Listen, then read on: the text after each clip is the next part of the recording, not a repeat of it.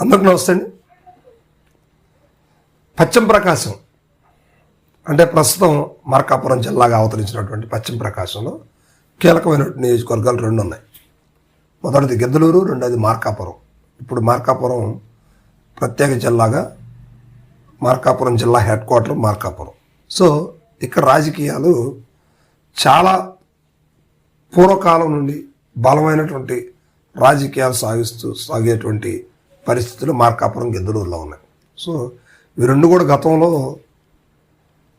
కాంగ్రెస్ ప్రభుత్వంలో కావచ్చు, అప్పట్లో మంత్రి పదవులు కూడా చేసినటువంటి ప్రాంతాలు.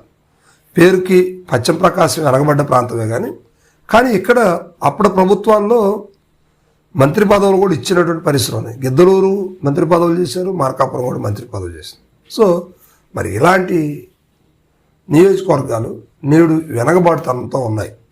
అంటే చంద్రబాబు నాయుడు గారు వచ్చిన తర్వాత ఒకసారి పెడతాల సాయి కల్పనారెడ్డి గారికి అప్పుడు టీడీపీలో అవకాశం కల్పించారు.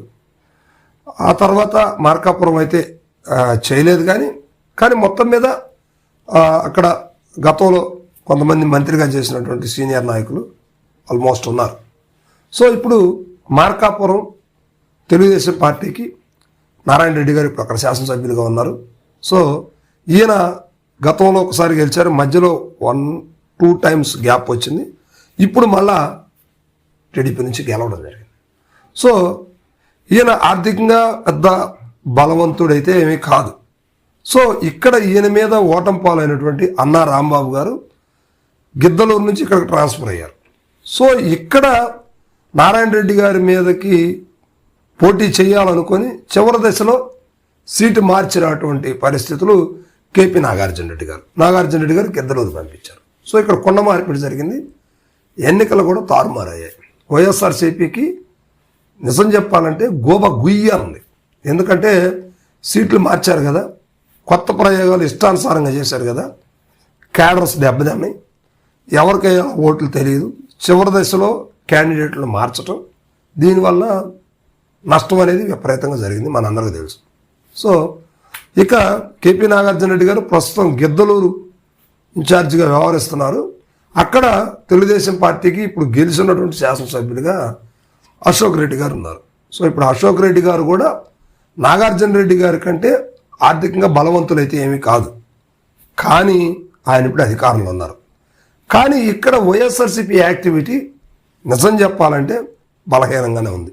అదేవిధంగా మార్కాపురంలో నారాయణ రెడ్డి గారి కంటే అన్నారాంబాబు గారు ఆర్థికంగా కొంత బలవంతులే, కానీ ఇక్కడ వైఎస్ఆర్సీపీ యాక్టివిటీ తక్కువగానే నడుస్తూ ఉంది. ఈ రెండు ప్లేసుల్లో వైఎస్ఆర్సీపీ బలహీనంగానే ఉంది. కారణాలు ఏంటంటే 2024 ఎన్నికల తర్వాత వైఎస్ఆర్సీపీ అధినాయకత్వం ఈ రెండు నియోజకవర్గాలను పట్టించుకోవట్లేదనే టాక్ నడుస్తూ ఉంది. అంటే ఎన్నికల సమయానికి ఏదో ఒక నాయకుడికి ఎవరో ఒకరికి ఇవ్వాలి కాబట్టి అప్పుడు ఇచ్చేద్దాం టికెట్, అప్పుడు దాకా అది ఖాళీగా ఉంటుంది, ఇంటే చేస్తారు లేకపోతే లేదనుకుంటే అది కరెక్ట్ కాదు. ఇక్కడ కేడర్ బతికుండాలి కదా, పక్కన పార్టీ కేడరు బలంగా పనిచేసుకుంటున్నారు. ఒకనాడు అంటే నారాయణ రెడ్డి గారు అనారోగ్య పరిస్థితులు ఉన్నప్పుడు కూడా పార్టీ కోసం ఆయన కష్టపడ్డారు. అక్కడ పార్టీ కోసం బలంగా పనిచేశారు. ఒక రకంగా అంటే నేను కొన్ని అక్కడ సర్వేకి వెళ్ళినప్పుడు చూశాను, ఆయన వీల్ చైర్లో ఉండి ఆయన పార్టీ క్యాడర్ నడిపించినటువంటి పరిస్థితులు ఉన్నాయి. మరి అలాంటి పరిస్థితుల్లో వైఎస్ఆర్సీపీ ఎందుకు చేయలేకపోతుంది? ఒకసారి కామెంట్ చేయండి మార్కాపురం, గిద్దలూరు గురించి. సో నారాయణ రెడ్డి గారు బలహీనంగా ఉండి ఆర్థికంగా బలహీనుడు అయితే కాలం కలిసి వచ్చి ఇప్పుడు కూటమి తరపున ఆయన తెలుగుదేశం పార్టీ నుంచి గెలవడం జరిగింది. అయినప్పటికీ రాంబాబు గారు కావచ్చు, నాగార్జున రెడ్డి గారు కావచ్చు ఆర్థికంగా వీళ్ళిద్దరి మీద బలవంతులు, కానీ అక్కడ వైఎస్ఆర్సీపీ యాక్టివిటీ నడవటం లేదు. జగన్మోహన్ రెడ్డి గారు ఈ రెండు నియోజకవర్గాల మీద ప్రత్యేక దృష్టి సారించాలి కదా.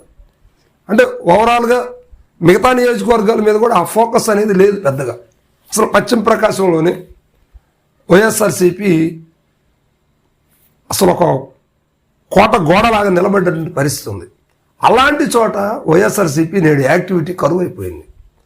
అసలు అక్కడ ఇన్ఛార్జీలు ఎలాంటి యాక్టివిటీ చేస్తున్నారో కూడా అర్థం కాని పరిస్థితి. సో అంటే నిజానికంటే ఇప్పుడు కూటమి అధికారంలో ఉంది కాబట్టి వాళ్ళు యాక్టివిటీ చేసినా కూడా కనిపించకపోవచ్చు. కానీ నిజం చెప్పుకోవాలంటే ఆంధ్రప్రదేశ్లో మొట్టమొదటి నుంచి కూడా 2014 ఎన్నికల దగ్గర నుంచి కూడా చూస్తే తెలుగుదేశం పార్టీ కన్నా, జనసేన కన్నా, కాంగ్రెస్ పార్టీ గతంలో ఉన్న కాంగ్రెస్ పార్టీ కన్నా, బీజేపీ కన్నా, అన్ని పార్టీల కన్నా కూడా వైఎస్ఆర్సీపీ సోషల్ మీడియా హవా ఎక్కువ ఉంటుంది. సో అదేవిధంగా వైఎస్ఆర్సీపీ కేడర్ కూడా బలంగానే కనిపించింది. గెలుపోవడం పక్కన పెడితే యూత్ ఎక్కువగా వైఎస్ఆర్సీపీని ఫాలో అవుతూ ఉంటారు.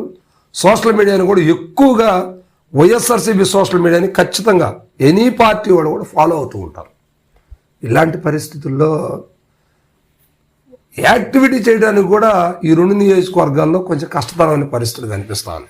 అంటే యాక్టివిటీ చేస్తున్నారు, కానీ అధిష్టానం దీని మీద ప్రత్యేక దృష్టి సారించి ఒకసారి జగన్మోహన్ రెడ్డి గారు కానీ, పార్టీ సీనియర్ నాయకులు కానీ వచ్చి పార్టీ కేడర్ను బలపరచాలా, ఉత్తేజపరచాలా. అక్కడ ఒక మీటింగ్ పెట్టి చేస్తే పశ్చిమ ప్రకాశం అంతా బలపడుతుంది. మార్కాపురం జిల్లాలో ఒక కేడర్ మీద ఏదో ఒక కార్యక్రమం మీద రావాలి కదా. సో ఇలాంటివి ఏం చేయట్లేదు జగన్మోహన్ రెడ్డి గారు. సో అనవసరమైన విషయాలకు స్పందిస్తారు. స్పందించాల్సినటువంటి విషయాలకి స్పందించకపోతే రేపు 2029లో కూడా ఇదే దారిని పట్టి వెళ్ళిపోతే పార్టీ లేచే పరిస్థితి లేదు. ఉన్నటువంటి కేడర్ కూడా తమ సొంత ప్రయోజనాల కోసం, బతుకు తెరువు కోసం పార్టీలు మారాల్సి వస్తుంది. తర్వాత గందరగోళ పరిస్థితుల్లోకి వెళ్ళిపోతా ఉంటాం. సో ఈ 2 నియోజకవర్గాల మీద, ఎస్పెషల్లీ ఈ 2 నియోజకవర్గాలు చాలా పెద్ద నియోజకవర్గాలు, కీలకమైనటువంటి నియోజకవర్గాలు. సో ఈ 2 నియోజకవర్గాల మీద ఎందుకు మరి వైఎస్ఆర్సీపీ ప్రత్యేక దృష్టి సారించట్లేదు? కామెంట్ చేయండి.